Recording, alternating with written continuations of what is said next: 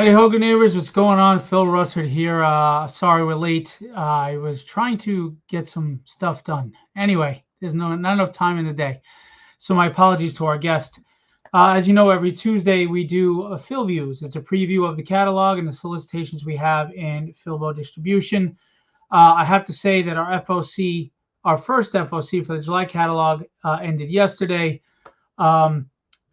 Very surprised and happy with how many orders we got, and and how many different books have been ordered. Like, these stores are really supporting indie. They're buying different varieties of books, not just sticking with one title or one well-known title, and they're buying multiple of the publishers. So thank you to those stores and retailers. We really appreciate you. And I'm really looking forward to the future because that was a really great start. I mean, it was honestly way better than I expected. Um, I always try to underpromise and overperform, and so far, you know, it's been fantastic. So thank you to the stores. Anyway, we're going to get into the catalog tonight for Phantom Blade Productions, and we have our guest, and he is the owner, operator, creative mind, everything behind Phantom Blade Productions. Jing, how are you? Hey, I'm doing good. How about yourself? Hanging in there. You know, I met you on Facebook. You've always been supportive. You have a great attitude when it comes to the community, and I commend you on that. You're a hustler. You work hard. You put it in, and I appreciate that. I remember when you first approached me, and um, the artwork is just phenomenal. What you're doing on this book, and it's just so engaging. Um, so I just thought it was fascinating, and the idea behind it was fascinating. So tell us a little about you and Phantom Blade Productions, and we'll get into the book when we open up the catalog. But tell us about you first. Oh well, thank you for having me on. It's great to meet you and be here and engage with the community. So uh, I started the company because I couldn't get anyone to publish my work. Symphonic Verses is something that I created over 3 decades ago, and actually, as of yesterday, September 1st, uh, the series turned 31 years old in print. Oh, wow. The very first copy was sold in front of a 7-Eleven. And back then, there wasn't print on demand like today. Right. So I had to actually take paper and print double-sided and fold it and staple it and trim it, and it looks really awful. And it's funny, this is the very first issue that was published originally, and it's got like all of the um, really bad trimming lines because it wasn't cut evenly, and it wasn't trimmed properly. But this is how it started all those years ago. This was that Wow. very first book, and so um, for for me, I learned art and storytelling from Indonesian and Chinese and Korean art masters, and the art on that side of the world has always been far more progressive than what the West has caught up with in the past, Right. handful of years. And part of my family is Asian, so I grew up in a household where all of these things that are everyday knowledge now, like with manga and anime and all these things, I grew up seeing that stuff at a very young age, long before it was like pop culture today, how it's widely accepted. And I started working on my series, and I tried to get it published, and no publisher wanted it. All the people I wanted to work with, they didn't want to work with me because of how my series looked. The very heavy painted art style, Yeah, I that wanted to get into that for sure. yeah, and so I got 200 rejections from publishers, Oh, and so wow. I just decided I would do it myself. And so I did, Um, and that's brought us to where we are today. I'm all for that. As I think is evident, right? For me, it's a matter of the time you spend trying to rely on other people and invest in them. You might as well just invest in yourself and do yourself. Is it hard? Is it a grind? Of course, but it's probably just as hard to get these people to take you seriously, right? Right. I mean, so many. It's funny. So many of the publishers and editors that I spoke to, um, they dismissed the work not because it was badly drawn or it was poorly written.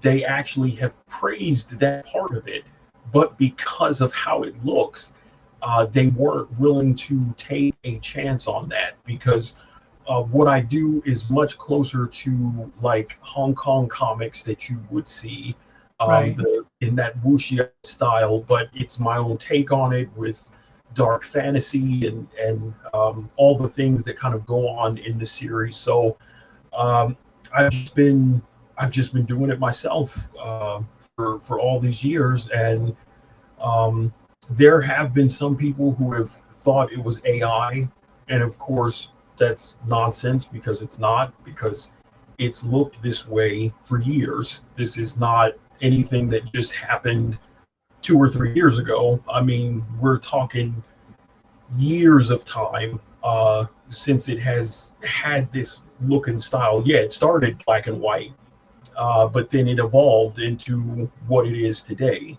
well, That's available. full disclosure, just because it's my job and you're not the only one, I ran it through an AI and it absolutely is not. I ran it through an AI detector, which I did for several books. I have to, it's my job. I understand. And it absolutely was zero AI. So um, I just wanted to put that out there. If there's anybody who doubts, and because they'll say, well, of course you're going to say that, I would not be distributing it if it was AI, and it was checked and confirmed by myself and by Mora. So um, kudos to you. And I want everybody to know, if there's any doubters, it is not AI. Yeah, no, it's not. I mean, there are articles that I was in 2014 and 2015, and you see the same style of artwork that you see today. Just the problem was that no one was wanting to pay attention to it. Um, it was very difficult to get people interested in what I was doing. And then once I was like, I'm putting the whole book out there. I put it out there, and then one day I get a message from a guy, and he says, "What is this?" And it was a poster of Prince Adonis that I had done, and I had put it up online. And he said, "I like this artwork." He said, "So I want you to call me at 3 p.m. on Monday." And I thought maybe the guy was an art dealer or something. I didn't know what he did exactly, and so he messaged me twice. He said, "Don't be late. At exactly 3 p.m. you need to call." And I said, "Okay, I won't be late. I'll make sure." So Monday rolls around. I call. He answers the phone, and he's like, "Good, you're on time." He says, "I'm here. The board of directors is here. The president of the film company is here. You have 30 seconds. Pitch it to us." And Oh, wow. I Talk thought, about pressure. right, well, and I thought it was a joke. Like, I thought I was being pranked because I'm like, a movie studio, I couldn't even get publishers to be interested, but Right. here a film studio says they're interested. So I'm thinking that, but I just went in, I did my 30-second pitch, and then after I was done, I could hear them in the back. It was inaudible, but I could hear them. And then he gets on the phone, and he's like, "Okay, the president of the film company would like to speak to you." Gets on the phone, and he's Oh, like, "Hey, wow. Jay, I heard your presentation. I like it. I like your series. Let's turn it into a TV show." And that that was like this defining moment for me for so many things, and I thought this is incredible that here publishers didn't want to pick it up, but now a film studio is saying not just only do we like it, but we're going to turn it into a television show. And from there, um, just the amount of things that have happened with the expansion of the IP, being able to interact with really well-known companies and developers to the point that I've been able to show it to Santa Monica Studio, the brilliant minds behind God of War, who have Oh sold wow. hundreds of millions of games worldwide. I've been able to share it with Blizzard Entertainment, with Konami, with Mercury Steam, and got nothing but positive feedback from these companies. And I thought, now here are these huge companies with all this success, this worldwide acclaim, and they're telling me that I'm doing the right thing. And so it's kind of just been one thing after another that came across, and was just incredibly amazing to see this kind of interaction from people who are spearheading those parts of entertainment. Um, Even the actress from The Handmaid's Tale, she has bought every volume of my series. So that's a huge thing, to know that someone like that has purchased the books and she loves them and she reads them and shares them with people. So it's just been really incredible. That's fantastic. And it's funny because what you were saying before, as far as how you weren't accepted because of the um, Western comics, they don't they don't take chances. You know, they Mhm. don't Yeah, they don't I don't know. They want to play it safe, and it's aggravating because this is why we get so many reboots. This is why we get so much regurgitated stuff. I'm trying to be polite. I mean, um, they don't venture out into anything new. They don't try yeah, anything new, and because they want the safe uh, built-in audience. And I right. think it's a shame where when you go overseas to Japan, especially for manga, anime, they are trying different things. I always use this example. Do you think that a Western company would pick up a Chainsaw Man at this point? That no, they wouldn't.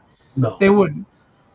So something like your book is, I think, an injection into the Western culture that we need. Something different, something new. and you're 100% right about the I'll use the word narrow-mindedness, and this inability to want to accept something that is not what has been in some ways a carbon copy of what has come before it.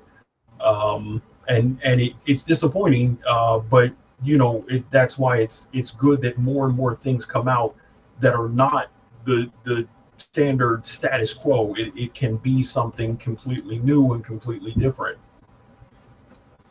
And that's part of the whole point of what I'm doing here is trying um, to try to help promote and get a voice and an audience for new and different. You know what I mean? Right. Yeah. It's just I think it's needed. It's needed for the industry to grow. We need change. We need something new, something interesting. Right. No, it's true. That is 100% correct.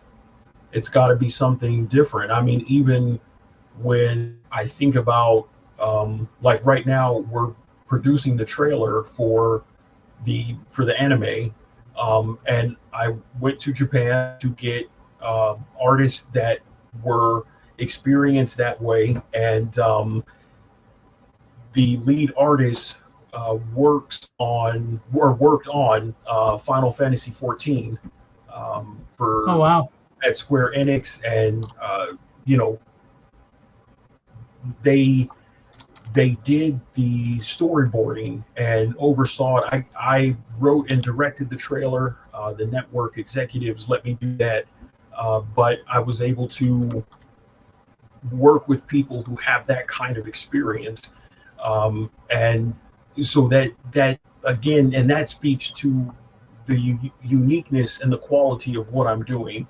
Because if they weren't interested, if they didn't think it was something that would be good, I don't think they would have agreed to work with me on the project. And so a lot of things like that have happened, and even I love Two Steps from Hell. They are absolutely amazing composers, that duo, and they're actually doing the music for the trailer. So that is another thing that shows, hey, the series it has its place where it's fitting into that realm of it getting the acknowledgement and all of the things that come with it to help take it and bring it to life in a completely unique way that Right. is going to be good for everybody. Well, I mean, you've got great thing. Whoa, I didn't know this was on the screen. Son of a. Sorry about that. Um, it's a good thing you have other things in the you know what do you call them, pokers in the fire there, because you got more than just the book. And the truth is, the whole point of the money comes, I hate to say this, not so much always from the books, but merchandise, Hmm. streaming, other things. Yeah, exactly. That's part So of I that's uh part of having an I, IP I is those you've got that different all going things. on. You get the action figures. Yeah, those are the action figure line is in production. It's well, we're still developing some parts of it, and then everything will move into production. But I have the prototypes and the prototype box and all this like really fun stuff. So did you want to do the touch on the toys or the Well, catalog I think, first? well, let's do the catalog first, and then we'll go Sure. through the toys. Um, Okay. so this was the first release out of the July catalog that just had its FOC yesterday, and it's a 16-page preview. So tell us about it. So this is a preview edition that introduces new readers to the series who aren't familiar with it. The artwork that you see on the cover, that is how every page and every panel looks inside the book.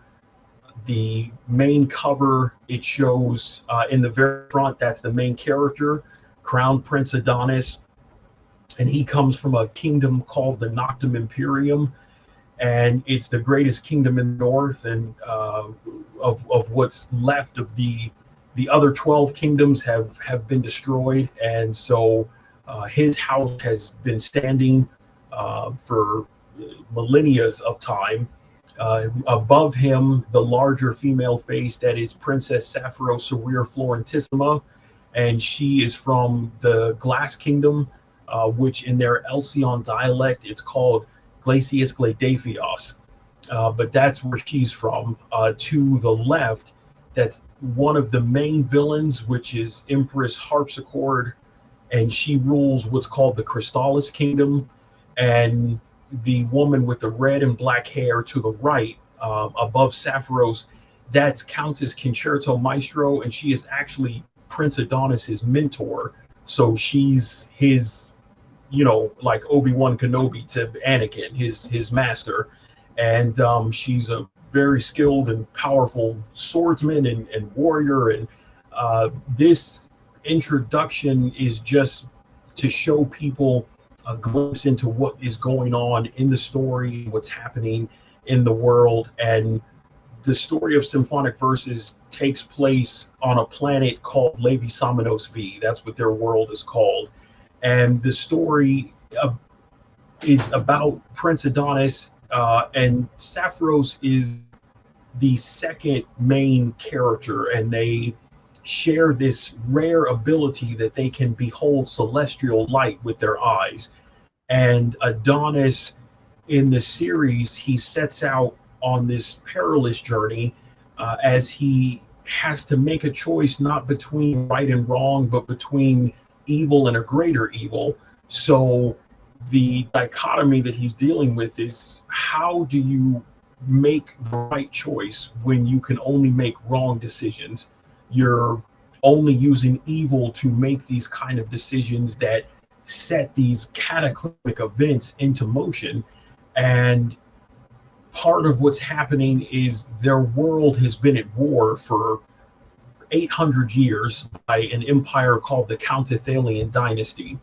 And they want to have a peace treaty that would bring the war to an end. And so where Adonis and Sapphiros meet is there, and from there everything goes completely south, and other things start to happen.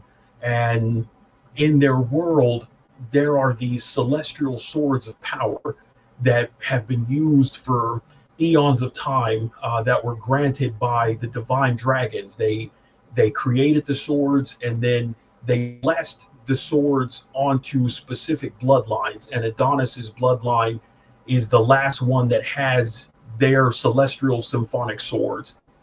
Some of them have been lost. Some of them are fabled to return, and so he has to protect them as well. But he has a very personal stake in the things that are going on. And so as the story it goes on, it's so layered with what is happening that it starts one way, which is not how people would expect it to, and then the story blossoms out to the rest of their world and to all these things that are going on. And it turns into this quest of passion and horror that he's dealing with, and the enemies that he faces, and it's just so much relentless challenges. And one of the themes of the book is a tale of romanticized darkness dreaming death by sleep. So that is very much a part of what is going on in the story, and their connection, and why they have this divine power, and the fact of a divine influence really imposing itself on certain individuals. And those are themes that are also played into it. So it very much is a lot of tragic irony, very human things, but set in this really fantastical world that's very baroque, but beautiful and enchanting. And if you like things like Final Fantasy or Castlevania or Hamlet and Bram Stoker's Dracula, those kind of themes, it's really woven in the vein of things like that. And that's how the story carries it. But there's a lot of action. There's a lot of really amazing villains and creatures that the reader encounters, and you're watching Prince Adonis really fall further into darkness as the story goes on. And so this 16-page preview is just to give people just just like a sip of what is to offer. And in everything else that happens, there are 16 full graphic novels of the series, and book 17, the art is done. I'm already working on pages for books 18, and I'm storyboarding books 19 and 20. Nice. Very nice. Which leads us, we're going to get to the next catalog, because we have 3 catalogs actually. So we do have reorder, so everybody knows. If you missed out on this first catalog and you want Symphonic Verses, the Phantom Edition, which is the 16-page preview, it'll be available for reorder. Out of it. I am so sorry. Why is it doing that? It is available for reorder on the July catalog, okay? Actually, let me show this. This is important. So we have the July catalog there. And Nice. now we have the August here for November release, and the September, which we released yesterday, for December release. So for those who might be confused, a catalog launches every month on the 1st. We had July 1st. Now we have August 1st. We have September 1st.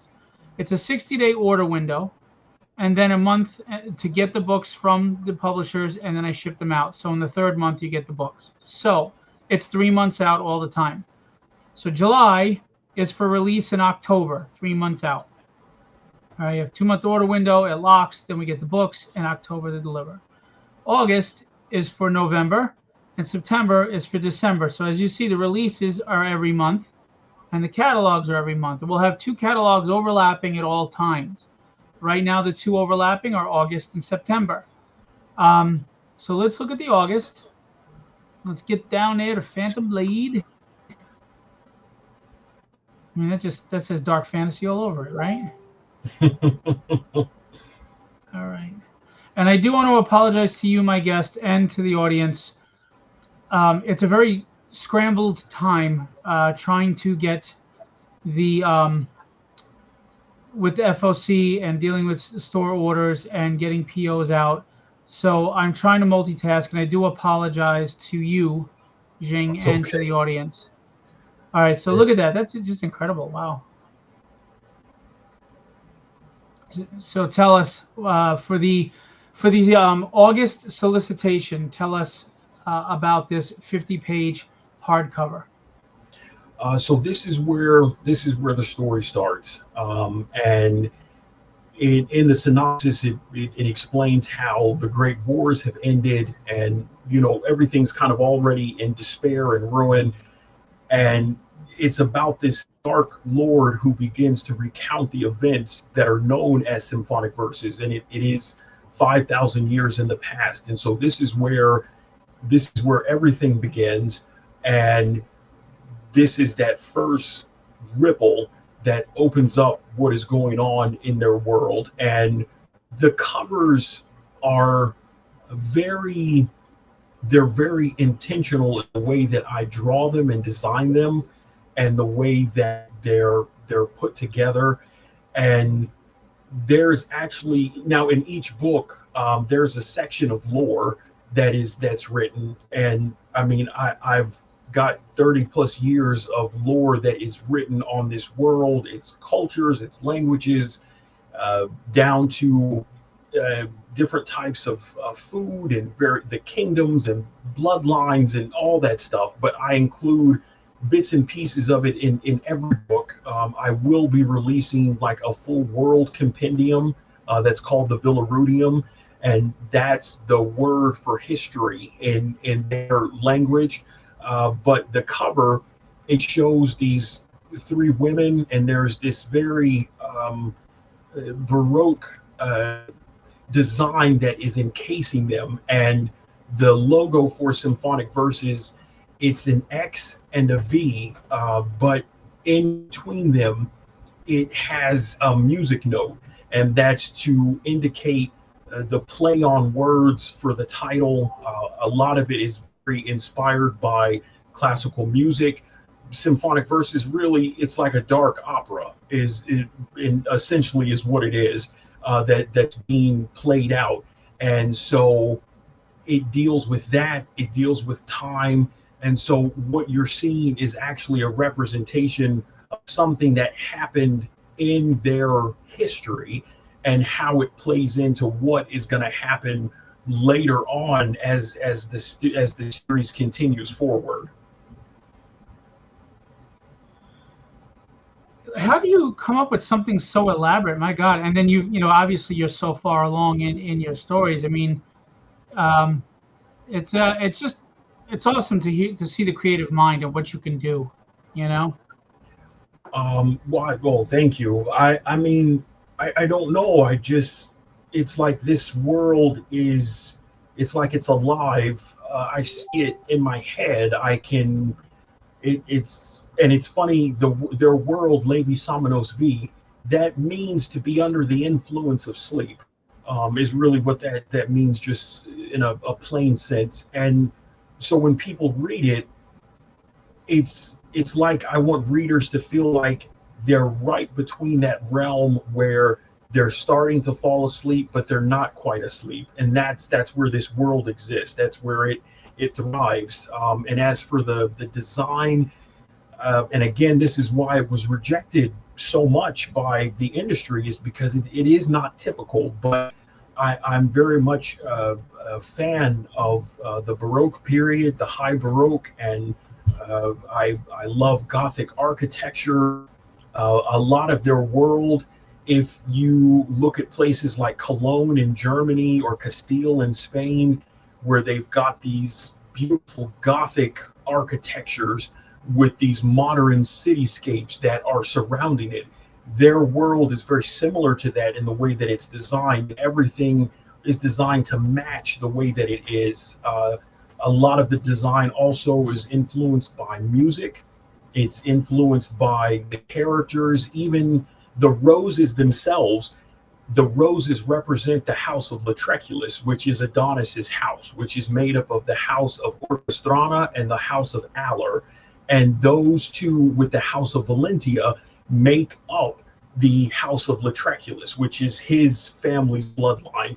So those roses are indicative to the story. It's indicative to what is going on with him. And so that's why you always see the roses are always there. But then when you start to see the skulls represent death, but they also represent Vero and the four empresses of death, which in Adonis's kingdom, the dragons and wolves, and death itself is revered by their people, and so they use that as their symbol of power and rebellion, to stand against the things that are happening in their world at the time. And so that's also why you see that in its design.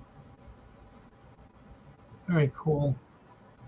And we're just getting started with this, guys. Here's the September catalog, and we haven't even gotten to toys and everything yet. So this is an amazing world that you've built and that you're working on. Yeah, I mean, so much of it is, and it's how, you know, it's used to. I use it. It's therapy for me in certain ways, but the series also, it is written to help people who are suffering from PTSD and depression. And I actually have an endorsement from a licensed psychologist who just happens to also be an avid reader of the series, but she wrote a foreword for it, and there are even QR codes and her letter that is inside the book that talks about the importance of mental health and not being shamed by this stigma of trying to get help. And because Adonis is dealing with a lot of grief. He's lost his wife, his parents are dead. He really doesn't have friends or associates. He has people who they serve him, but they're not really his friends. He's the crown prince of this great mafia-like empire, but they're really not what you would call a friend that way. So he lives a very solitary kind of life, but in that there is a lot of grief and despair that he deals with. But there are also things that happen where people are encouraging his behavior, and that's what leads down that darker pathway. And we start to see how the consequences of those things continue to unfold as the series goes on. Fantastic. So this one here is another 50-page book. Yeah, this is Consequence 2. And this is also available right now. I just want to remind everybody, separate month catalogs must be separate orders. Please do not mix them because they will release in different months. So don't put them all on one order. If you do, we'll invoice you for the difference in shipping, but they will go out separately. So this is the September, which just released yesterday. So this is brand new solicitation, guys. You can catch up on the other two, get the complete collection from the start so far. You never know when a property is gonna blow up, and he's got an animation, he's got toys we're gonna get into. This could easily blow up, and you're gonna kick yourself for not investing 4.99 in that 16-page preview that'll probably be rare at some point.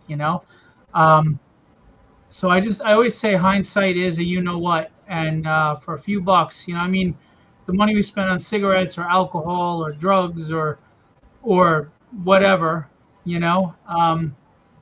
4.99 for that preview book, and then like $30 here for a beautiful 50-page graphic novel. I mean, small investment, with possibly large returns. So okay, um, that is the three catalogs, and that is what we're dealing with here so far. Fantastic. I'm gonna pull that off, and I don't know why it keeps doing that because I'm tired. Um, So let's get into the other stuff. You have some awesome stuff to talk about. You can start with either one, and of course, if you want to show off, you know, the items. So I don't want to spoil it for I kind of already did, but tell us what's going on. What do you got? So last year, I well, let me say this. So I'm like I said, I'm on this 16th graphic novel, and book 16 released this month in May, and this is what book 16 looks like. This is the cover, and I've got the quotes from USA News and Screen Rant. Screen Rant picked up my series and featured it, and they called it the best indie comic you haven't read yet. And then I got put on MSN, and USA News dubbed my series The Heir to Final Fantasy and Castlevania's Throne. And so I put some of these quotes on the book so that people can see them, and from other industry veterans who carry a lot of weight, who have had really nice to say about it. So that's where the graphic novel is right now. Now the next part is, last year I started the toy division of my company, which is called Phantom Blade Kaiden Synergy, and it's to produce a very detailed elite action figure line based off of the IP. The first wave will have 4 figures. They're 1/6 scale, so they're massive. They're big. They're big, yeah. There will be a 1/12 scale as well that will get produced. So we'll have both versions. Now the first thing we did was we made the swords and some of the armor. Because I'm the artist on my series, and I do all the designs, I do all the artwork. I needed 3D sculptors because that's not something that I do.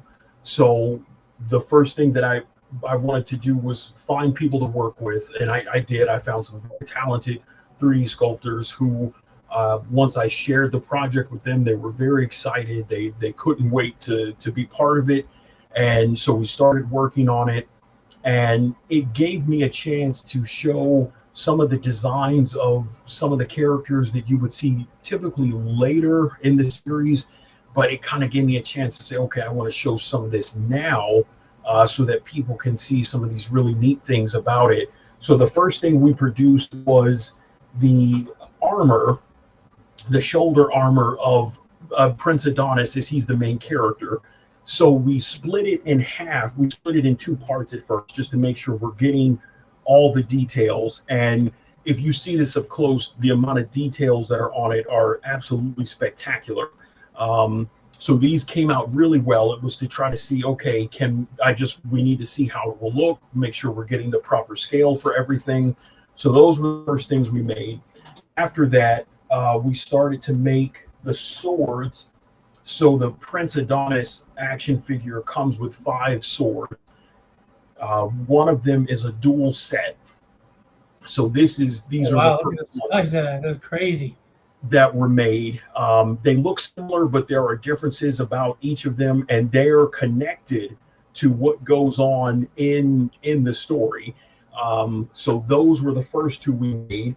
The next one that we made is this one, which is called Love's Romantic Darkness. Oh, wow.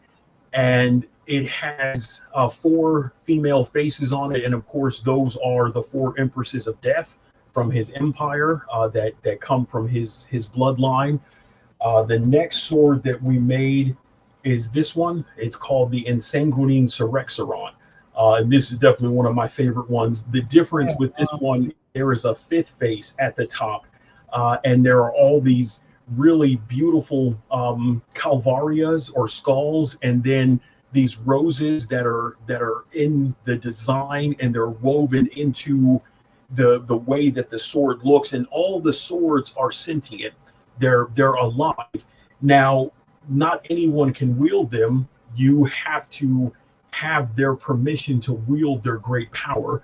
Now, Adonis, because they're blessed onto his family bloodline, he doesn't have to ask permission. But in the series, he always asks to wield their great power. He doesn't just take it for himself and do what he wants with it. And so you see that throughout the series, in the action sequences and things like that. And then the last one is this one, and this one is called Hauntingly Heart Baroque, Cool. Baroque period. And now what makes this sword unique is it's also an electric guitar that allows him to use sound as a weapon. So as he's fighting, he can cut you, but he can also destroy you with sound mixed with a combination of physical attacks. But what makes this sword so unique is that the visage of the woman on the front of the sword was actually a high-ranking member from one of his enemies, and he defeated her, and then he bound her life force to the sword. So she is subservient to him now, and she can live only now like this. So one of his powers that he also possesses, he has the ability to bind life to some of these swords, and it makes it so that then they're unwilling to resist the power that his phantom power that he possesses. So, and there's a reason why he did this in this series, for her part and for who she was. So that's an integral part of the story. But this is one of the other swords. And as the toy line progresses, I'll actually be releasing multiple sets of swords, because there are swords that are not just based off of what you see. There are swords based on elements, swords based on light, on darkness. It covers a whole array of different things. So there will be a lot of different weapons that people can pick up. Now, we first did Prince Adonis. One of the things about making toys is you have to look at the designs in a very different and very unique way. So we made the first one, and then there were articulation issues. So we had to go back and find ways to work around those kind of hiccups. So when I first made part of his body, didn't have the arms and the pelvis and the legs and his coat and things like that. But we did make this is the first piece we made to see how it looked. So you could see the art, the detail. Of course, the divine dragon that's here that represents his family and his kingdom on his shoulder, and his hair, which is, you can see it's really long. So this was the first one of that. The articulation for this is gonna be finished, and then we'll make the whole figure so you can see how it looks. Now, in addition to one of the things we were able to do was move further in production with one of the villains. So this is the Shadow Knight. Now, this Shadow Knight is a Wraith Viper. That's a very elite class of Shadow Knights that they serve right under the second in command of the four warlords who command the Shadow Knight Empire, which is called Despavari Nightingale. That's what their empire is called. Now, the Shadow Knights, they exist as warriors as their race. That's how they identify themselves. Now, throughout the series, in the beginning, many people thought they were extinct, but they weren't. They were just in hiding. not out of fear, but they were building up their power. They were making alliances with other powerful enemies as they're trying to wait for other things to happen so they can all play a part in conquering and destroying the things that go on. So this one, his name is, he is a Marquis Vermilionos. And so the Shadow Knights have a more Eastern design, but it has an element of Baroque to it as well. He has these thunder auroras that are here on his armor, which is part of where his power comes from. He has a cape, but it's really it's heavy. It's like 9.5 inches tall, so that tells you the figure itself is almost 13 inches tall if you count from the very top. So now it just has limited articulation at the elbows, and oh, oop, that part popped off. That happens because it's not a finished version. Then his hip armor will be adjusted, and the gauntlets will be swappable. So you'll be able to take the gauntlets off, and then it's like if Adonis defeats one, he can then claim their gauntlet for himself and add that to his own power. And he'll come with swords and spears that look like his armor, so you'll be able to see all of that. But it weighs almost 5 pounds. I mean, they're huge figures, but this is how they're going to look, and they're super detailed. And I can't wait to get everything done so that people can get their toys. That's amazing detail, and look at the size of them. I mean, how many points of articulation? That one's going to have 28 when it's completely done. Nice. Prince Adonis will have 30 points of articulation. And also, so I wanted to show this. This is the box that the figures will come in. So wow. This is the official prototype, but it is how the box will look. It's just missing a few like storytelling elements and things. This is the front. This is the back. And those are the official UPC codes for international and for stateside sale. Of course, that's the pictures of Prince Adonis there, and it will have other writing on it.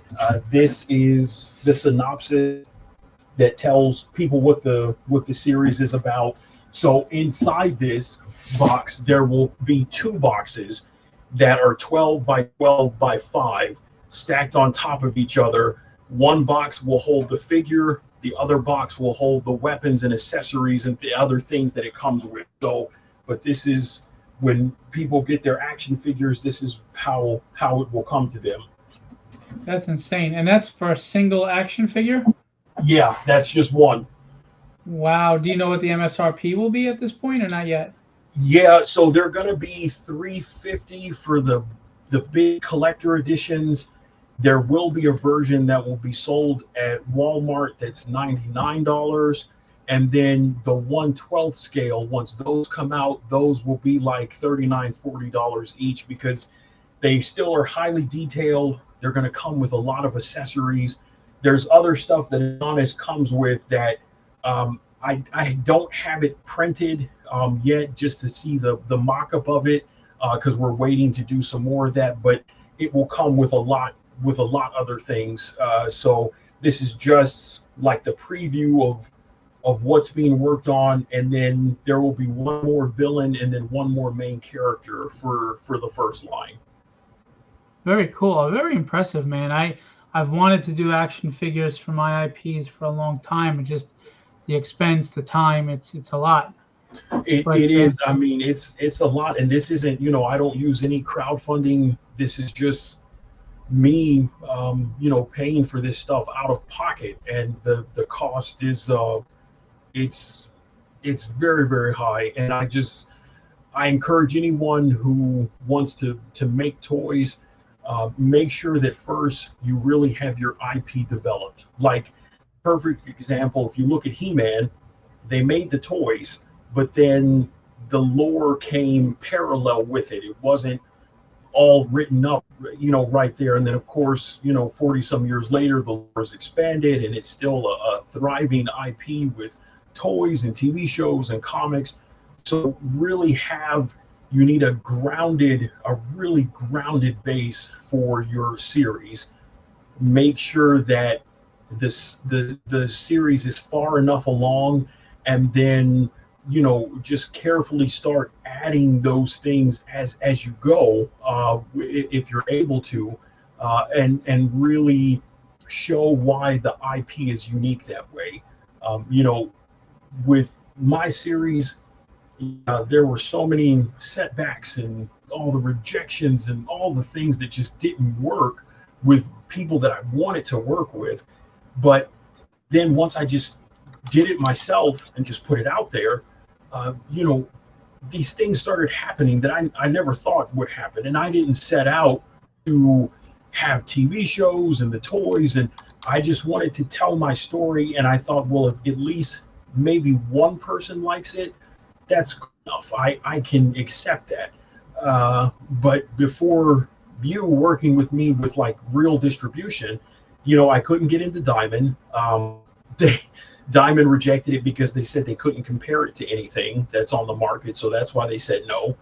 And the series itself, I'm at almost 12,000 physical sales without crowdfunding, Nice. without distribution until now, with working with. And I'm so glad to be partnering with Philbo on this. And you're I'm doing glad to so have many. you. Oh man, it's so good to be here, and it's awesome to work with someone like you. And I'm just excited and happy to keep getting it out there for new people to see. And I can't wait for the full trailer to be done for the anime. The full trailer will be like 4 minutes and 30 seconds long, so I can't wait for that to Wow. get done. That Yeah, me animation neither. takes a long time. Especially with the And detail of your characters. oh, what was that? Especially with the detail of your characters in the animation. There's, you're Oh, not drawing stick figures moving around. These are detailed, lavish, yeah. really fleshed out characters. So really cool. And I mean, dude, I mean, you kind of are living the dream, though. You're getting to do the action figure line, the streaming, the animation, the books. Um, Fantastic. Oh, Um, thank you. you I should mean, I probably do tutorial videos on marketing and product creation. You might even make some extra cash flow doing that. and and it's funny. I have a lot of people asking how did you do this, and how did you do this, and how do you sell, and how do you, and I mean, I think the difference in some ways is that I've been doing this a really long time.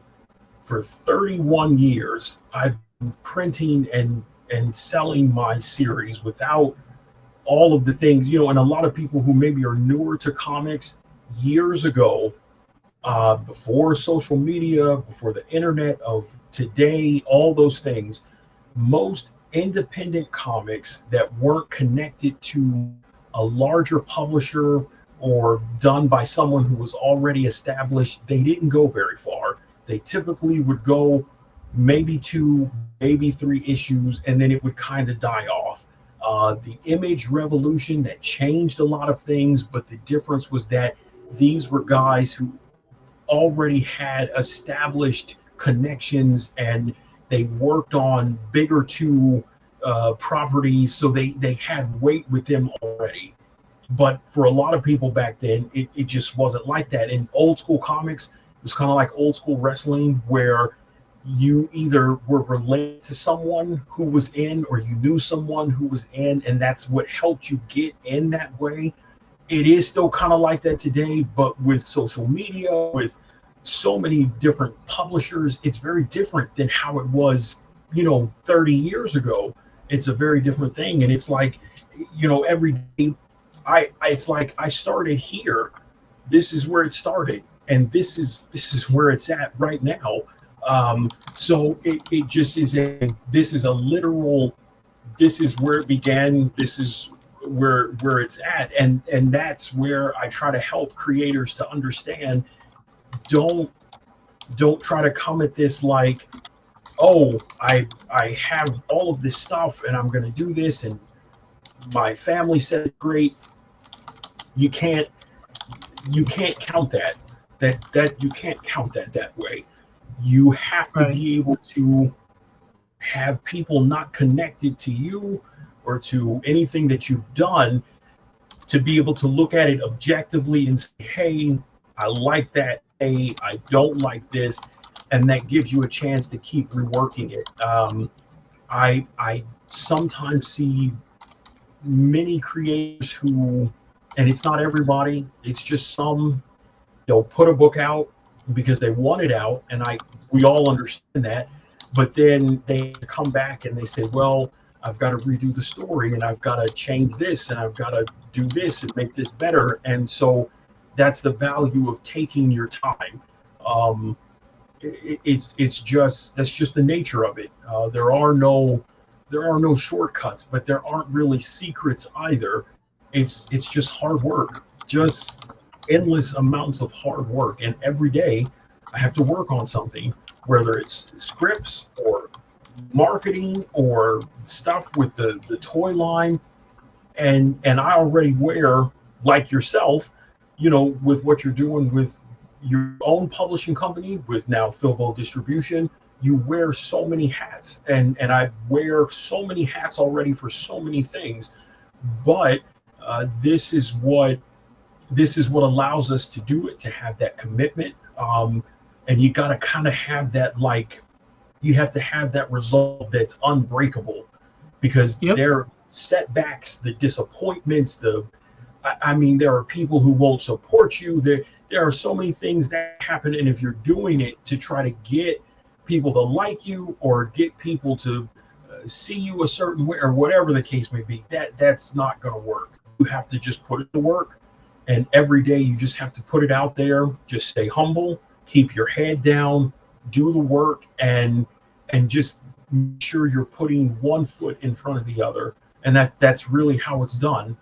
And don't forget to enjoy the journey. We do this because we Oh love yeah, it, right? And exactly. as much as we may have a goal of where we want to get, still enjoy the process of writing, Yeah, creating, designing, because that's what our creative minds need. right. It scratches at our Exactly. head and our brain, and we got to let it out. And we all know that even if you sold your book to 5 people, it's better than never getting these stories out. You got to Exactly. get them out. Got to And get them out. just like you said, just stay constant and stay vigilant. Look, we're all gonna have ups and downs, and Hmm. God knows I've had mine, and there's times where people have gotten my goat where I should have let it go, and whatever, because there's just some people. But you got to put it all away, like you said, put your head down, focus on what you're doing, the mission, right? That's what I call it, the mission. So That's it. um, I agree absolutely. Before we go, where can we find you? And when do you expect to have like the action figure line? Is there a tentative quarter, that you're going to put it out, or you're not sure, it's too early right now? So we'll start with the toys first. The goal is somewhere in 2026. I don't have the exact date yet because there've been like production setbacks and it Sure. just all the things that can happen. They've already happened with that. So that is we're looking towards 2026. As for where they can find symphonic verses, it's available on my website at symphonicverses.com, which is XIMPHONICVERSUS.com. It's available at Walmart. It's available with Philbo Distribution. There are various comic shops throughout the U.S. that already have them, like Space Cadets Collection, Cool. Cosmic Monkey Comics, Phantasma Comics, Panther Comics.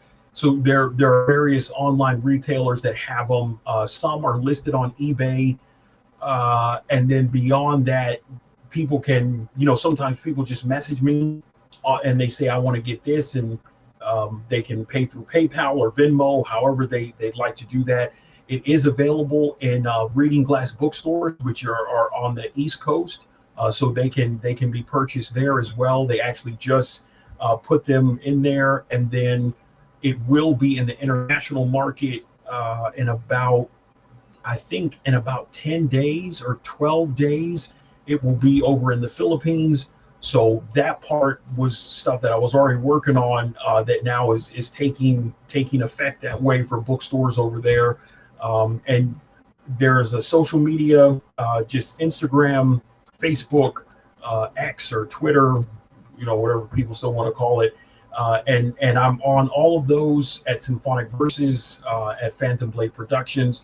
People can message me anytime, and I try to make sure I get back to them as soon as I can. Awesome, awesome. Um, I got to tell you, man, you were a like mind when we started talking, and I appreciate that. You have the right mentality, the right maturity, and you have the right vision. I respect what you're doing. I respect where you're going. I respect your hustle. Um, and you don't try to step on necks. You're just trying to do your thing. And I think that's a wonderful thing. And I appreciate that. So I am glad to be working with you.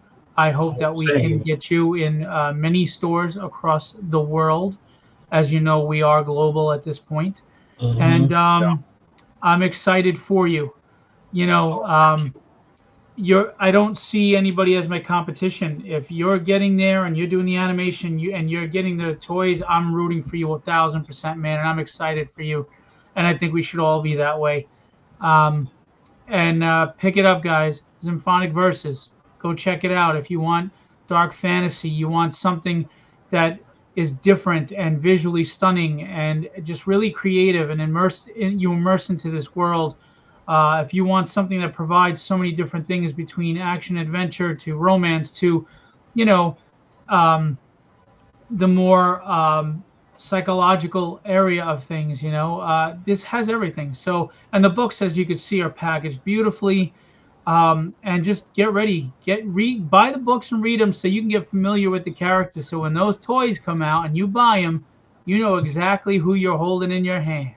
That's right. That is right. So I appreciate you, Phil. I really do. You're a great guy, and I appreciate how you're helping so many creators who, wouldn't get some of these opportunities to be seen that way in shops because, you know, the market was just a certain way for a very long time, and we know that now it is not like that anymore.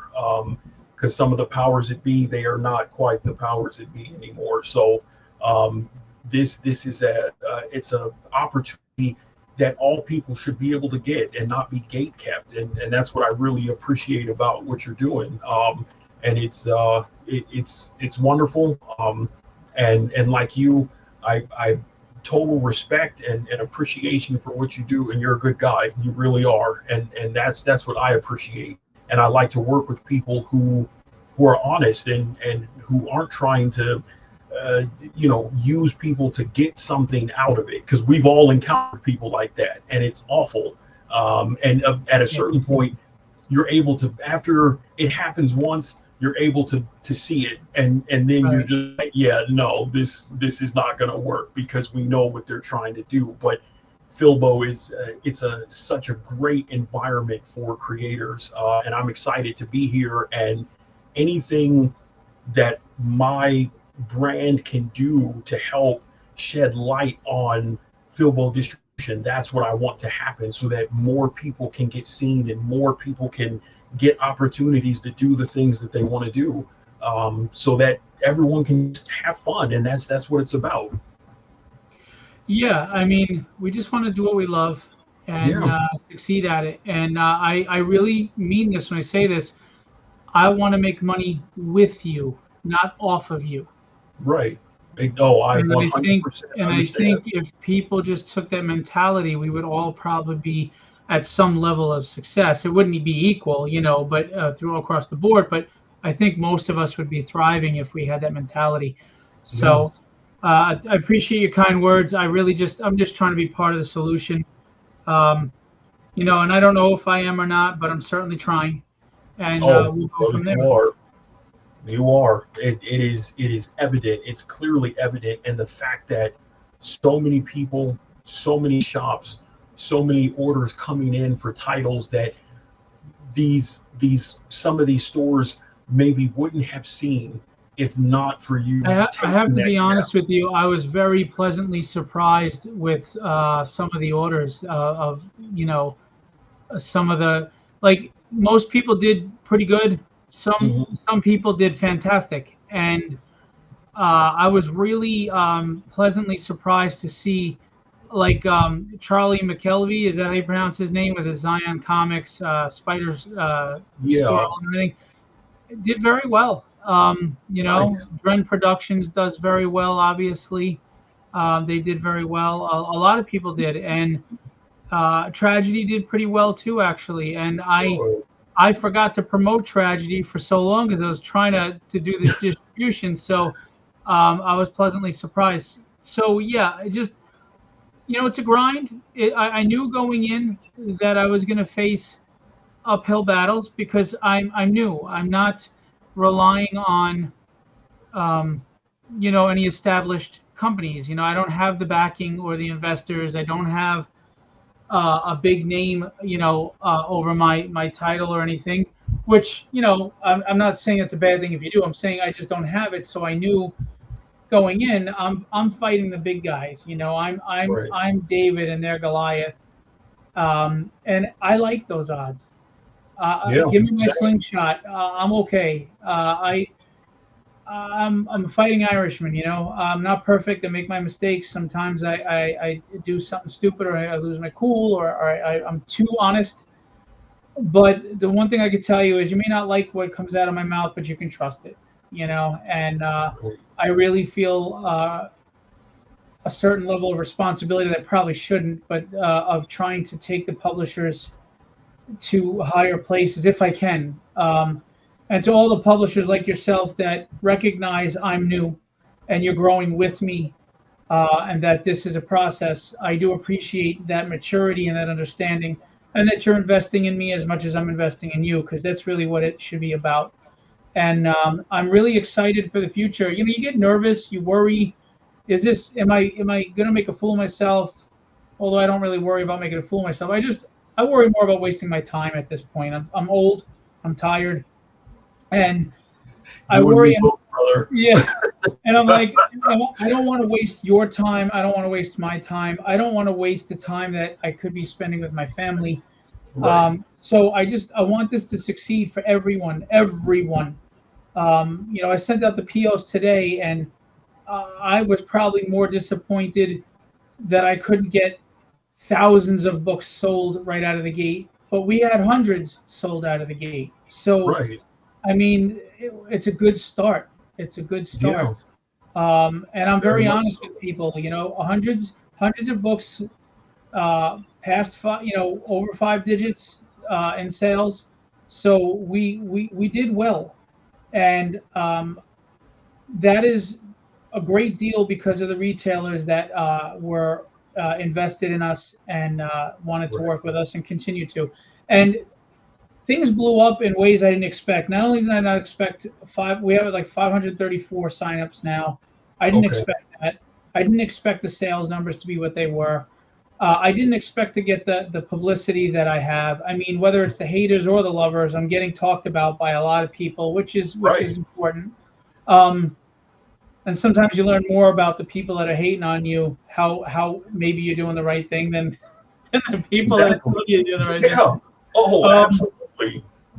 but the other thing that blew me away is our international retailers: Hmm. Italy, Germany, Sweden, Canada, Mexico, Australia. Great United Kingdom. We are working with. There's a freight forwarder called Geodis USA. And what it enables is the people from overseas, they pay the domestic shipping for me to just send it to Geodis, and Geodis will ship it on a very affordable flat rate freight with a bulk amount of things for them. Okay. So it saves them money to overseas. Right. We're even working with other distributors in the European um, There we uh, go. yeah, in Europe, and which branches out to their 30, 40, 50, 60 stores. So, and overseas, Europe especially, they actually have a great appreciation for independent comics. So Oh, absolutely. Yeah, so absolutely. we've been partnering with a lot of these new hubs that have come in that stores don't want to have to order from five different distributors, so they pay a subscription to this one hub, and those hubs put us on their system and they order through us. So we've been with that as well. So we're really branching out. Our online retailers have been fantastic. Um, we have like the Undisputed Comics King, Will DeMonte Jr. I can't say enough about him.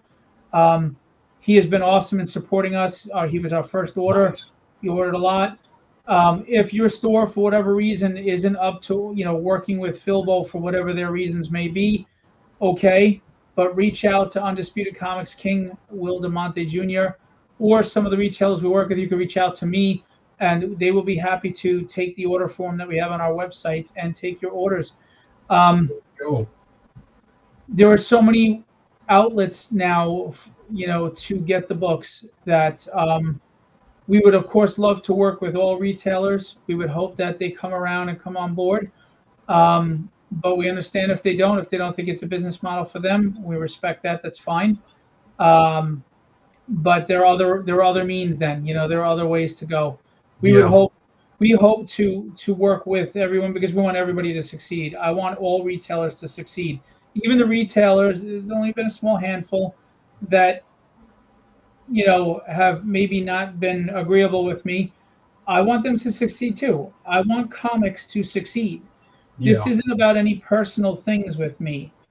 My terms are not personal. Your terms are not personal. It's about I want the comic industry to thrive, and it was falling. Oh, And I think yeah. people had kept their heads in the sand for a long time, and it Yes. took Diamond going under for them to wake up. And even then, they didn't wake up. A lot of people, unfortunately, didn't yank their inventory, and they're getting screwed for it now.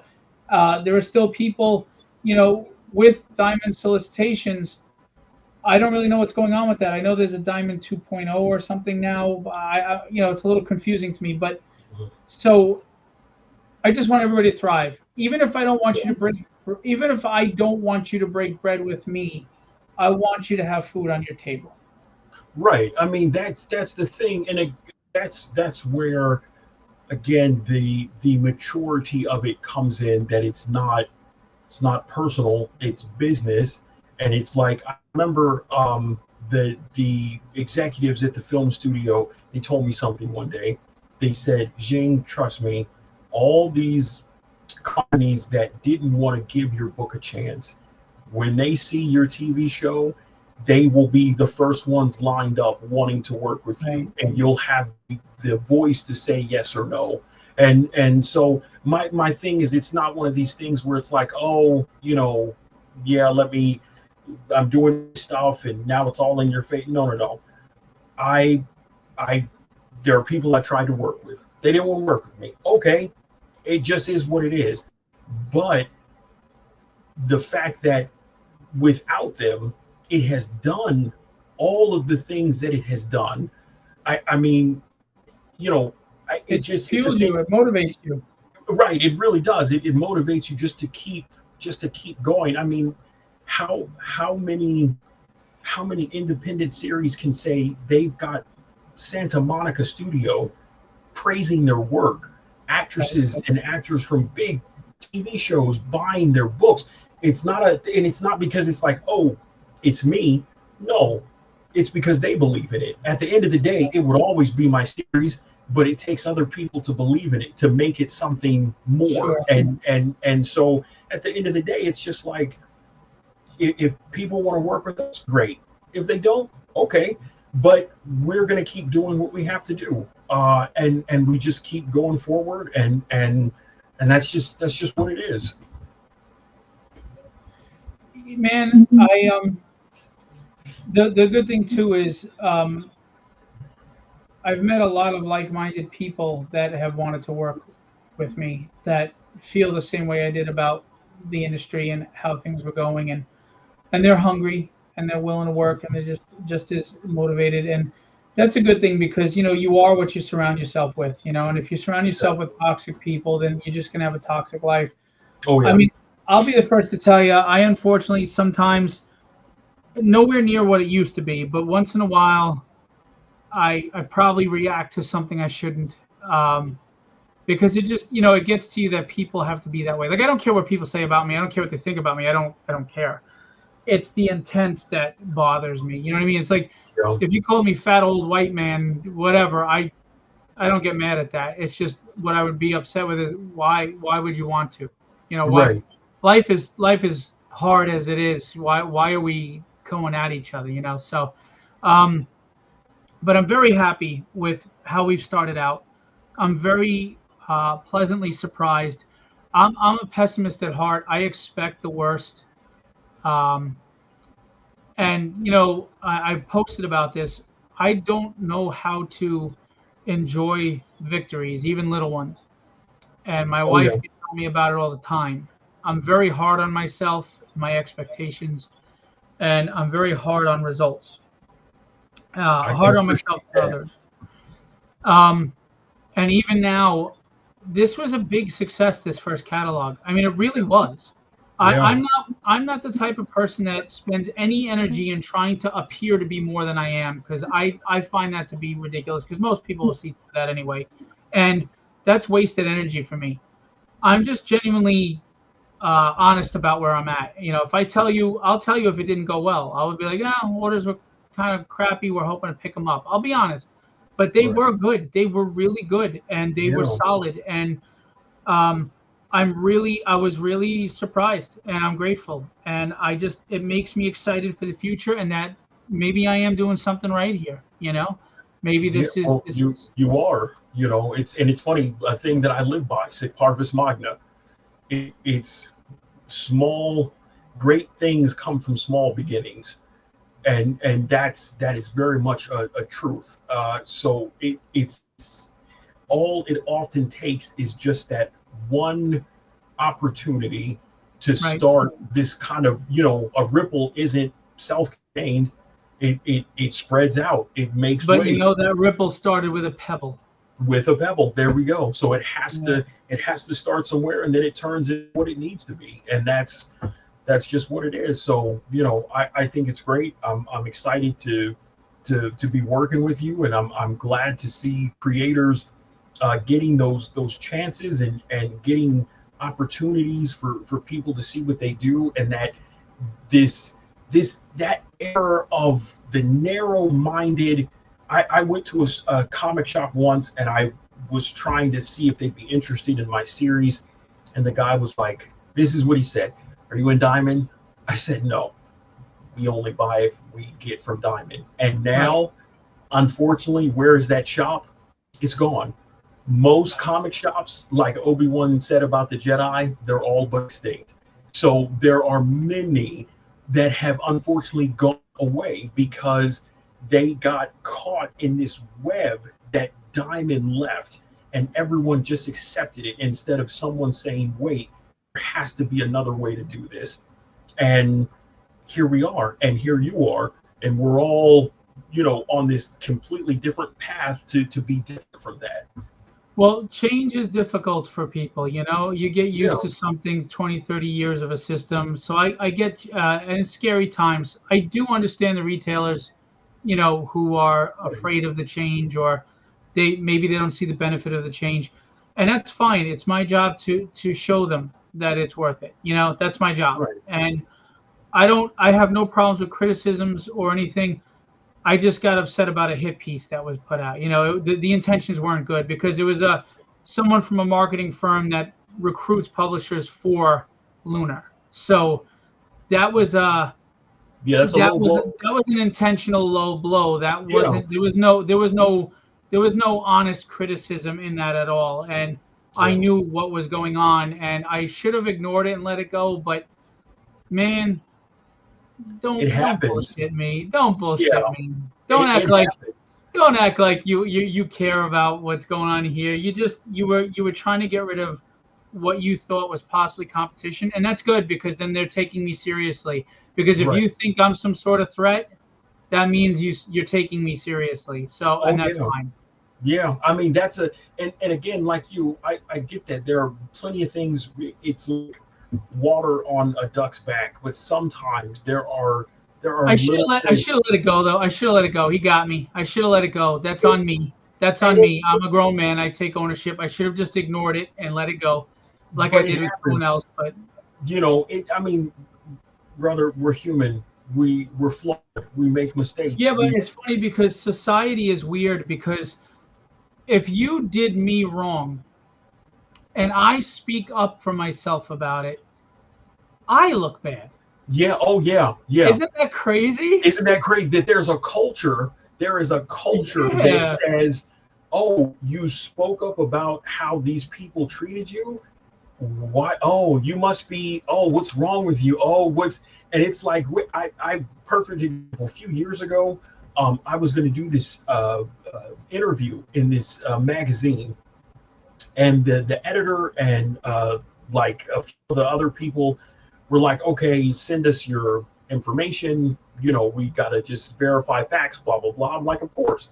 So I send it, and they say, well, we can't verify your sales. And I'm like, yeah, you can, because what I'm showing you, that's the proof of that.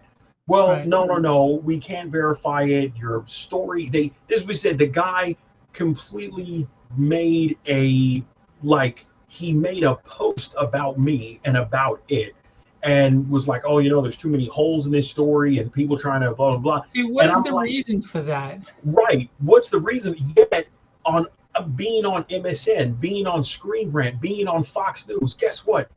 They have to verify those facts. They can't Right. just publish an article and say, Right. "Oh, this person said that."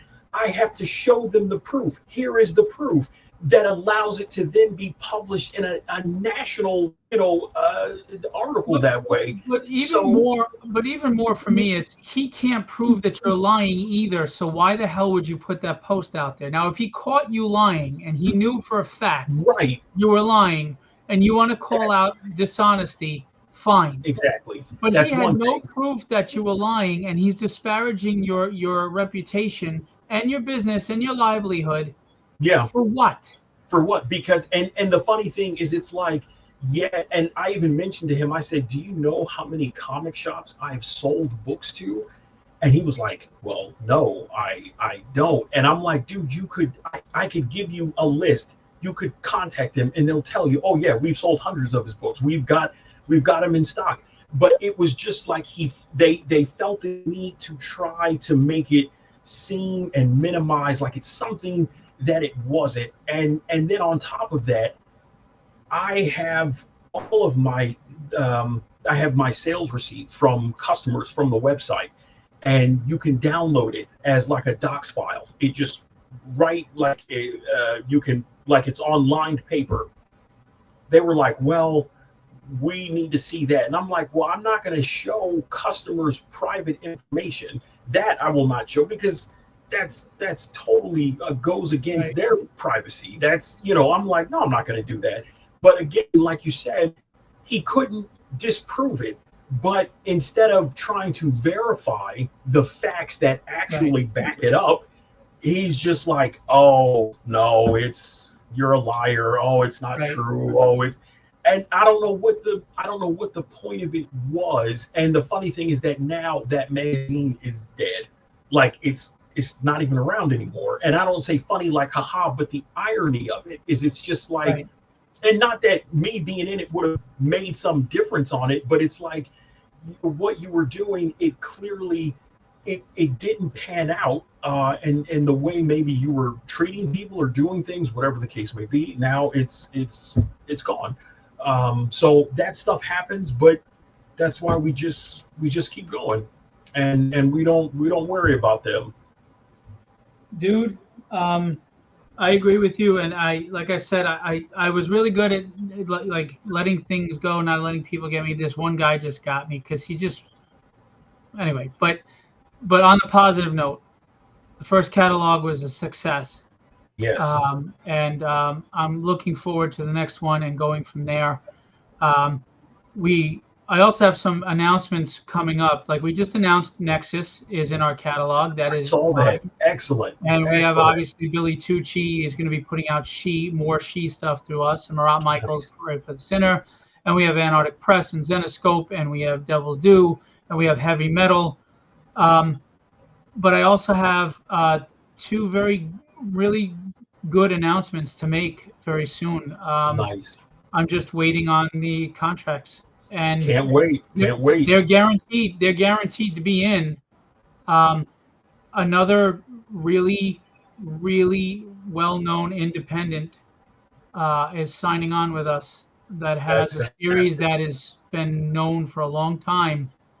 So we're very excited about that, and I'm looking forward to it. And man, upwards and onwards. I think we're That's it. approaching 70 publishers. I thought it was over 70. I'm mistaken. I think we're in the 60s, but we have publishers on board. And yeah, man. I mean, You I'm just just keep excited. going. I'm excited Yeah. for the future. I'm really this first catalog kind of told me, look, I'm not gonna lie, I'm a strong-willed person, but when you had a few people coming at me, it made me second guess myself. Maybe I'm not doing the right thing here. Um, but I am. What I'm doing. My terms are very fair to both. Oh I'm yeah. protecting publishers from what happened to them.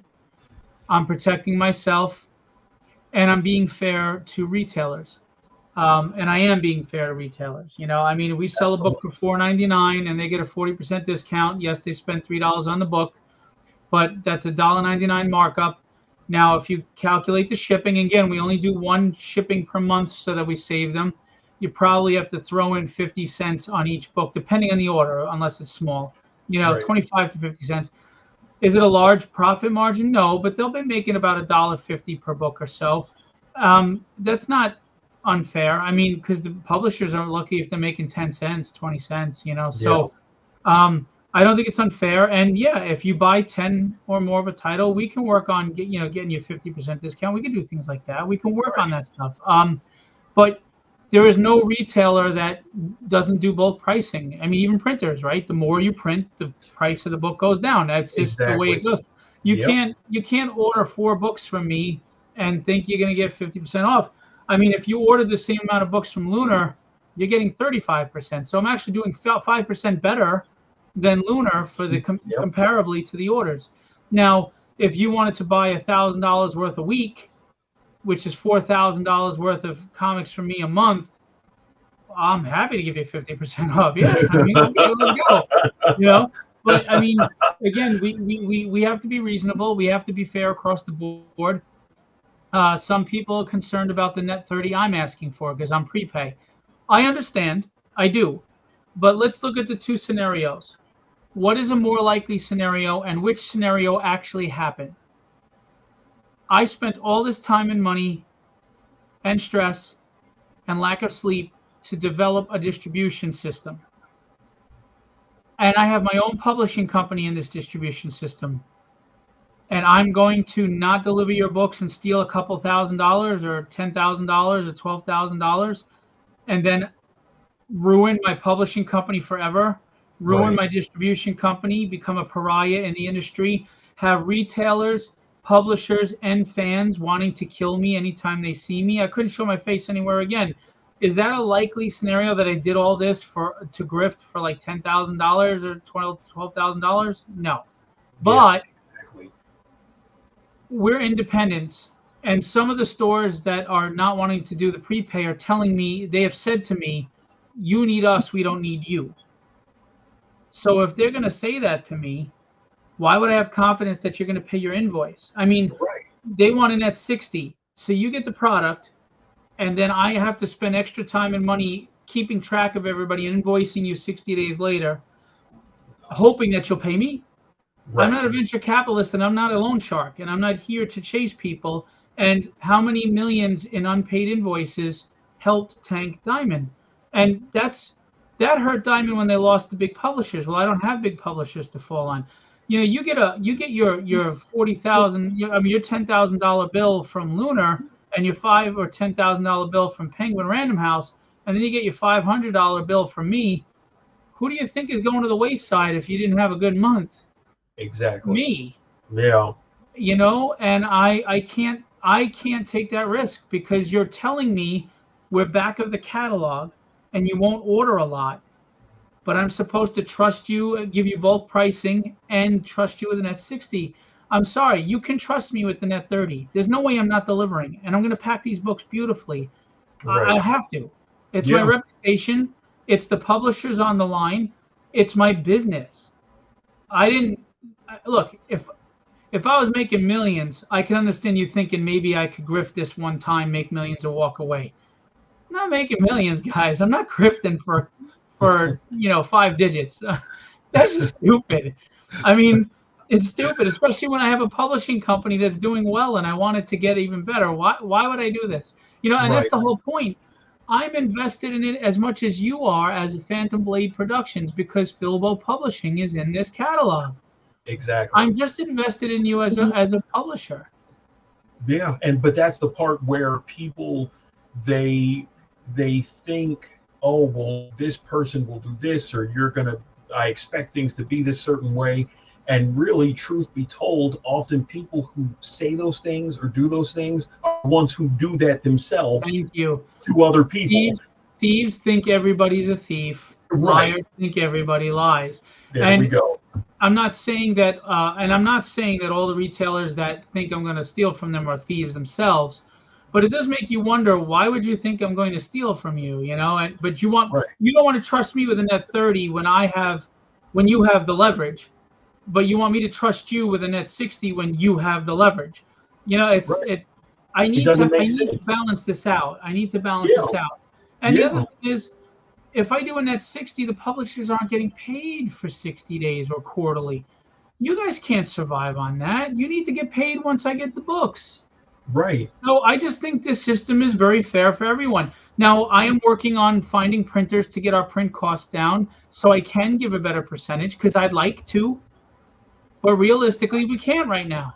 Yeah. We can't. And it's the double-edged sword. It's like the snake eating its own tail, right? Because if the retailer is saying I want 50% discount, but the retailer is not buying enough books to make it worth it to us to give a 50% discount, so it's kind of this vicious cycle, you Right. know. So we just have to sell the books, show that they'll sell in stores, and when they see that there's value to these books, they'll start to order more. It's a process. Exactly. I It, want to it earn their is. trust. I want to earn their respect, and I hope that they would understand that I have to earn their trust and earn their respect as well. This is a mutual thing. I want to make money Yep. with them, not off of them. You know, Right.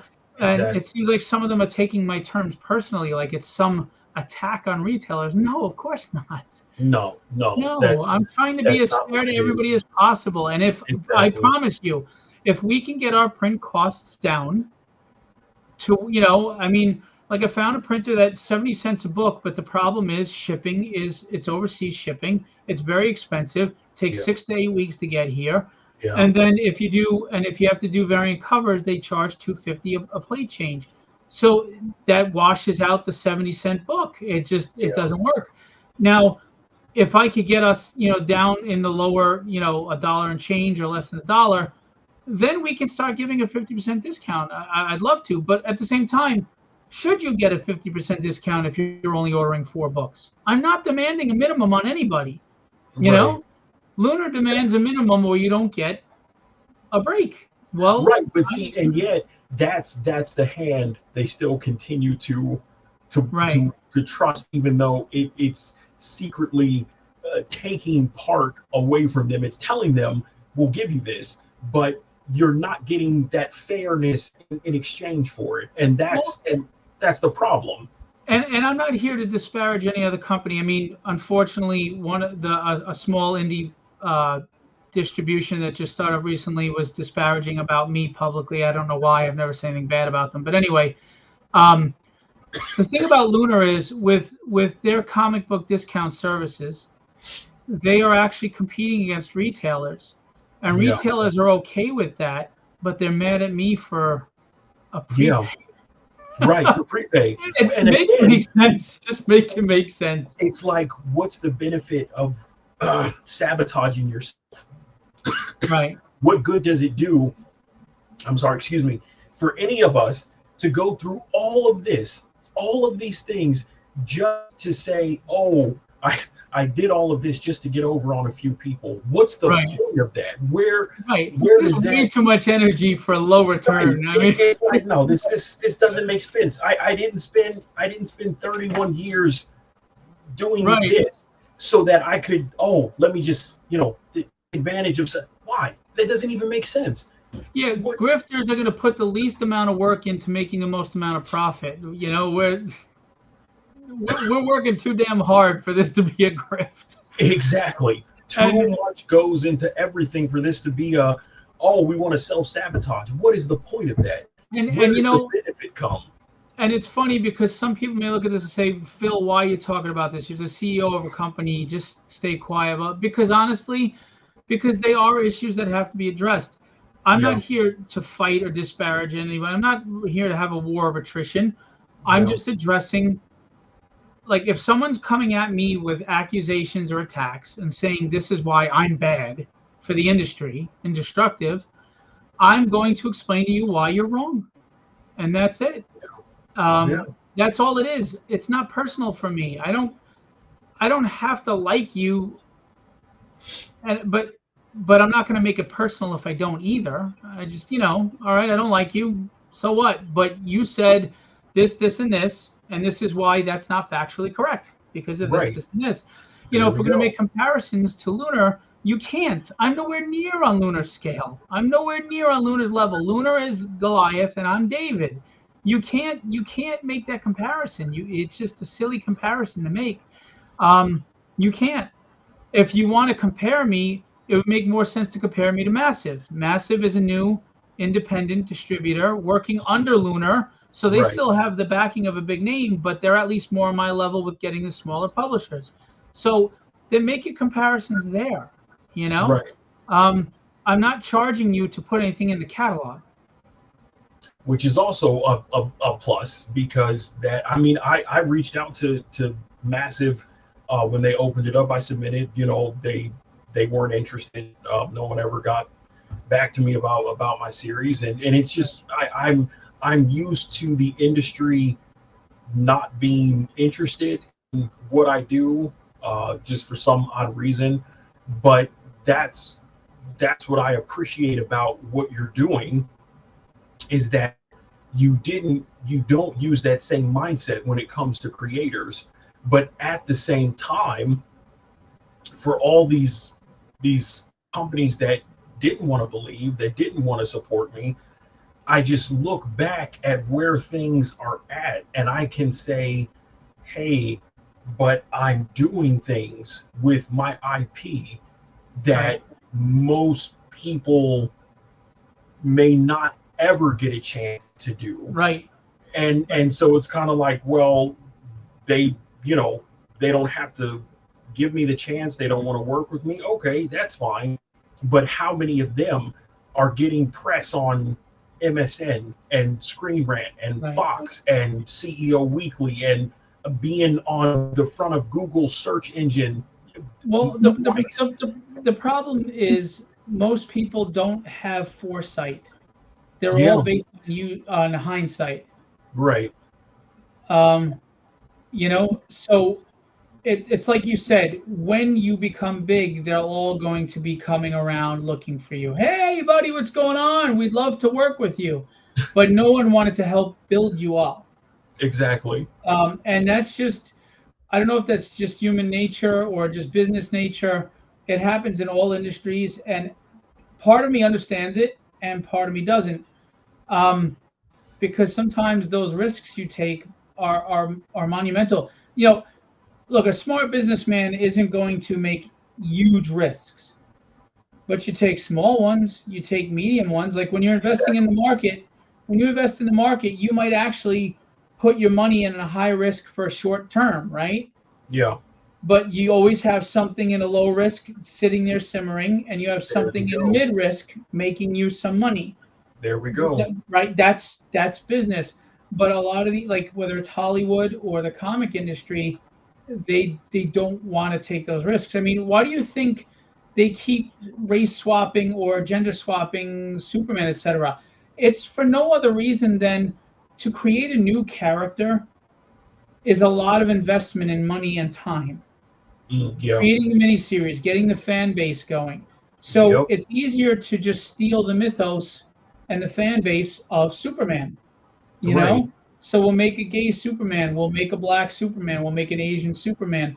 Um, it's really just them saying we want to make money off this character, and we know we can get the Superman fan base to come out and check it out. But if they created an interesting new black character or Asian character, that would take time and money and investment, you know. Right. But if you look at comics in its heyday when it was booming, they did create new characters like Bishop, like Exactly. Psylocke, making her Asian, after she was British. You know what I'm saying? And look how it panned out, and look how they're still such Right, fan favorites of readers today. right. But Look at instead Miles of Morales. right, look at it, that's I a mean, perfect they example. did they did steal the Spider-Man name, but he has a totally different power set at least. Right, right. But but they did steal the Spider-Man name, so maybe that's not a great example. But yeah, I mean, there was a time where they just created new characters. Like look at Giant Size X-Men. You had Storm, you had Sunfire.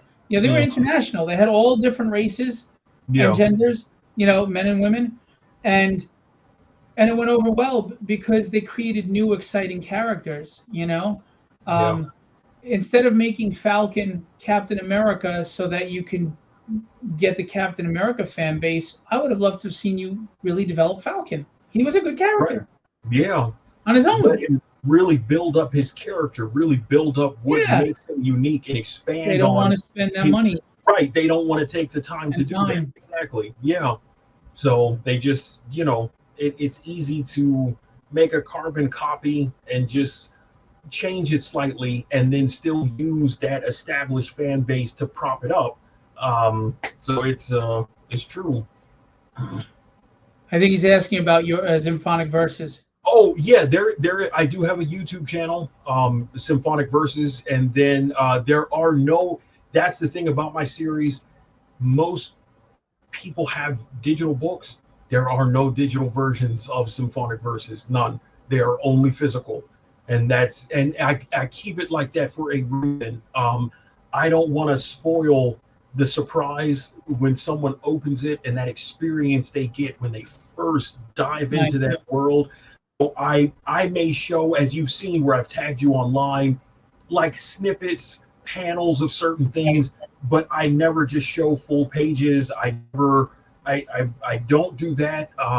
But if JC, if you go to my website symphonicverses.com, and you look at it, it shows the story, and it shows stuff about the company, and you'll be able to see some previews of stuff from the book on social media where I post panels or things like that.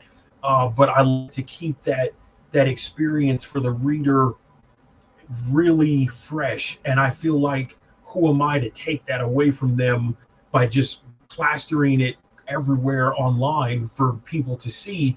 I want people to experience that first whoa, I wasn't expecting, and I want them to be able to hold on to that memory, and that's why I never show the book that way, and why there are no digital copies. Well, I think it's a smart idea. I think it's a smart idea. Hey, Charles. Charles, by the way, is launching Cold Cutter #5 on Kickstarter very soon. I'm working on the page. Nice. Great crime noir series you should check out. Charles is one of the good people in the world too. So he grinds and he works hard and he does all the art and inking, and he just levels up, like because he's like us, man. He just wants to get better every day. And great book. It's fun, action packed, Very cool. adventure, crime noir, Nice. Cold Cutter. Check it out. Going live soon. We'll get the link to sign up for you very shortly. It is not a Philbo book. I'm just helping him get the Kickstarter together. It is his 4 Speed Studios. Um, Very nice. yeah, so check out Cold Cutter, and issues 1 through 4 are available. You can reach out to Charles, see how to get them. If Okay, not, cool. I'm sure they'll be on the Kickstarter. Um, Look, I was having fun talking to you. I could talk all night, but I do want to have 10 minutes with my wife, and I still have to Oh send yeah. out videos. No, I understand. That's not your fault. And I do apologize earlier, trying to multitask, taking care of some of those POs. I didn't mean any disrespect to you by any means, or any of the No, fans no or problem, my viewers. friend. Um, Before you go, I'll just do this, and then we'll say goodnight. I want to remind everybody, Tragedy sold very well, #1, and it will be in stores October 15th.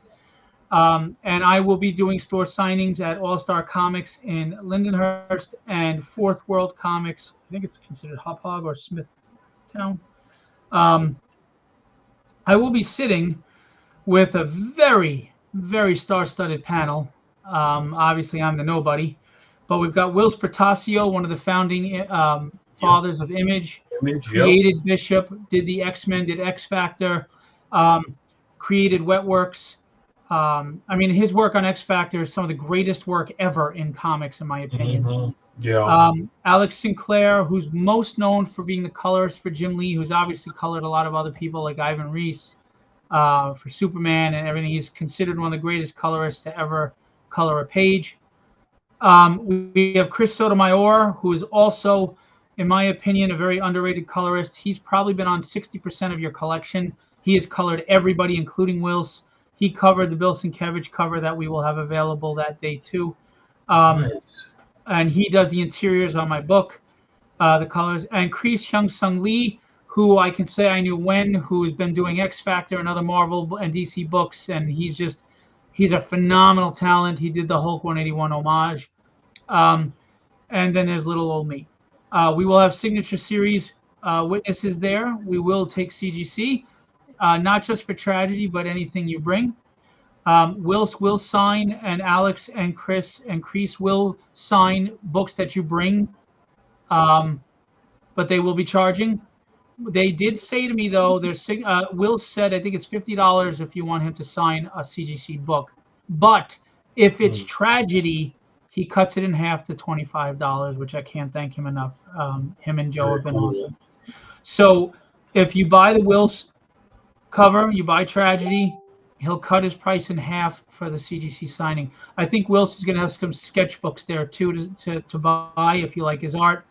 Um, and I've told them they're welcome to take commissions if they want. So I don't know if they are. I think they might take commissions. It might be take home Okay. though, because it's a store signing. But I'm really Oh, excited about this. Um, and I have that's to really great, say man. I'm happy for you. thank you. I have to say, Will Spertasio, Alex Sinclair, Chris Sotomayor, and of course, Chris is fantastic, but he's new in the industry basically. But those guys, they can be considered legends in the industry. And the kindness and the respect they show me as a publisher has been phenomenal. I mean, Alex has colored many of my covers. Chris does all my interiors.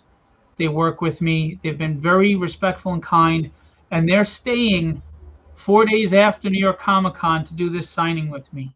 That is awesome. So I just want to publicly say thank you to Wills and Alex and Chris, and of course Chris, um, for being a part of this. Thank you to Bill Sienkiewicz for being willing to do a cover for me. Um, it's kind of like being a struggling actor and you got to work with Morgan Freeman and Tom Cruise and everybody, and they're showing you Yeah. respect. Um, Being a kid growing up loving comics, I never thought I'd be able to say I was working with these people. Um, and I'm really humbled, flattered, and appreciative. And for my book, rest in peace, Peter David, one of my favorite all-time writers. Three of my favorite writers have reviewed Tragedy well: Howard Mackey, Peter David, and Chuck Dixon. And Nice. these guys are Mount Rushmore people of writers and comics, in my opinion. And I'm very flattered and appreciative.